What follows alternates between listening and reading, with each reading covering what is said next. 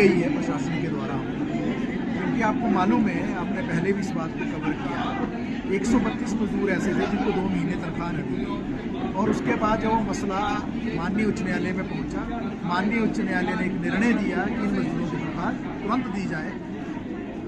बेशक मसला उच्च न्यायालय के अंदर 2 महीने का था, असल में हकीकत ये थी कि 10 महीने से आईजीएमसी प्रबंधन ने तनख्वाह नहीं दी थी मजदूरों को, 8 महीने ठेकेदारों ने अपनी जेब से पैसे इनको दिए, लेकिन वो विषय तो निपटा।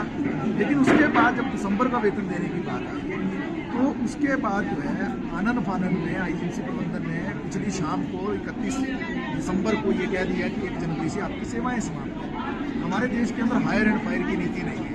हायर एंड फायर का मतलब कि ऐसा नहीं है कि जब मर्जी रख लो जब मर्जी निकाल लो, ऐसा कोई कानून नहीं हमारे देश के अंदर। हमारे देश के अंदर जो औद्योगिक विवाद अधिनियम 1947 का वो स्पष्ट कहता है कि किसी मजदूर को अगर नौकरी से निकालना भी है, और निकालना का मतलब मिसकंडक्ट भी अगर हो जाए तब भी एक प्रक्रिया है, उसकी पूरी नोटिस दिया जाता है, सारी चीज़ें की जाती हैं।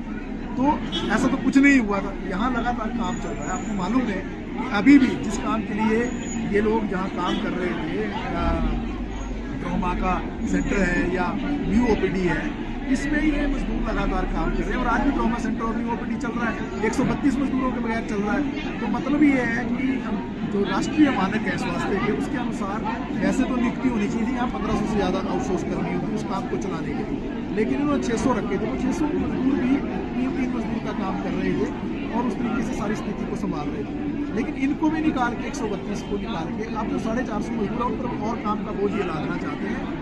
और पूरा जो यहाँ पर आईजीएमसी के अंदर जो यहाँ प्रबंधन है, प्रशासन है, उसकी 2 गुट है, उसके बीच जो लड़ाई चल रही है, कुल मिलाकर उसका शिकार मजदूर हो रहा है। क्योंकि जिस प्रशासन और प्रबंधन ने एमएस के लेवल पर जब ये मजदूर रखे गए, तो जो प्रिंसिपल महोदय हैं वो ये कहती हैं, उन्होंने पल्ला झाड़ दिया, हाई कोर्ट के अंदर भी एक एफिडेविट दी है कि हमारे मजदूर नहीं है। तो हम इनसे पूछना चाहते हैं कि जिनको 10 महीने काम कराया कौन मजदूर थे, उनको तनख्वाह क्यों दी आपने? अगर आप मजदूर झूठ बोल रहे हैं पूरी तरह से, ये लड़ाई है 2 पक्षों के बीच की, जिसमें मजदूर को निशाना बनाया जा रहा है। तो जब ये मजदूर निकालेंगे, हमारे पास कोई चारा नहीं है कि हम हड़ताल पर आते हैं, और इसलिए आज हड़ताल पर है मजदूर। पूरा एक तरह से आईजीएमसी के अंदर से ठप है, क्योंकि आधा दर्जन तरह के जो काम करने वाले मजदूर हैं, आउटसोर्स कर्मचारी, वो हड़ताल पर हैं, चाहे वार्ड अटेंडेंट्स हैं, चाहे सिक्योरिटी स्टाफ है, चाहे सफाई के लोग हैं, चाहे मेस के लोग हैं, चाहे लॉन्ड्री के लोग हैं, चाहे ईसीजी के लोग हैं, चाहे वार्ड डेटा एंट्री ऑपरेटर्स हैं, दूसरे लोग भी हैं। तो वो सारे के सारे मजदूर जो आज हड़ताल पर आ गए हैं,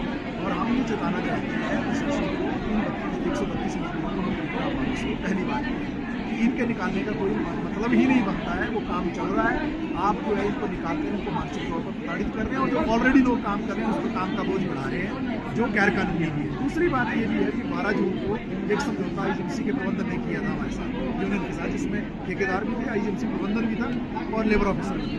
उस समझौते को ये लागू नहीं करते। चेंजिंग रूम भी आप देख रहे हैं आईजीएमसी के अंदर क्या है, ज़्यादातर महिलाएँ काम करने वाली बात।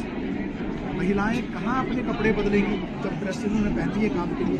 आपको मालूम होगा कुछ साल पहले यहाँ जब महिलाएं का ड्रेस बदल रही थी, उसका वीडियो बना दिया गया था, सर्कुलेट कर दिया। कितना अनसिविलाइज चीज़ थी वो अपने आप में, उससे भी इन्होंने सबक नहीं सीखा।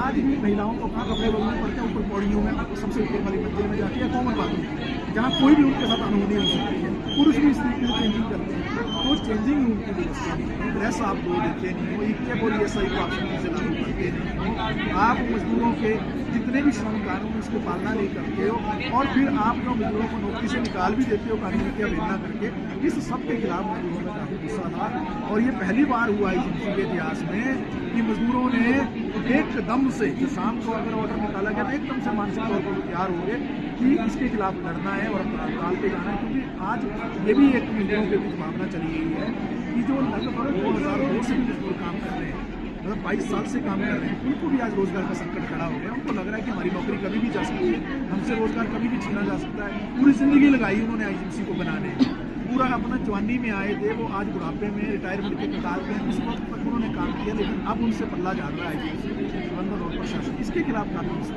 गुस्सा है, और इसीलिए सीटू पे पैदल जो है यहाँ आता है किया है। और ये लड़ाई तब तक लड़ेंगे जब तक जो है समस्या का समाधान नहीं होता है, और ये 132 मजदूरों को नौकरी पर वापस नहीं लिया जाता है। अगर बात होगी तो हड़ताल रुकेगी, अगर बात नहीं होगी तो हड़ताल आगे बढ़ेगी।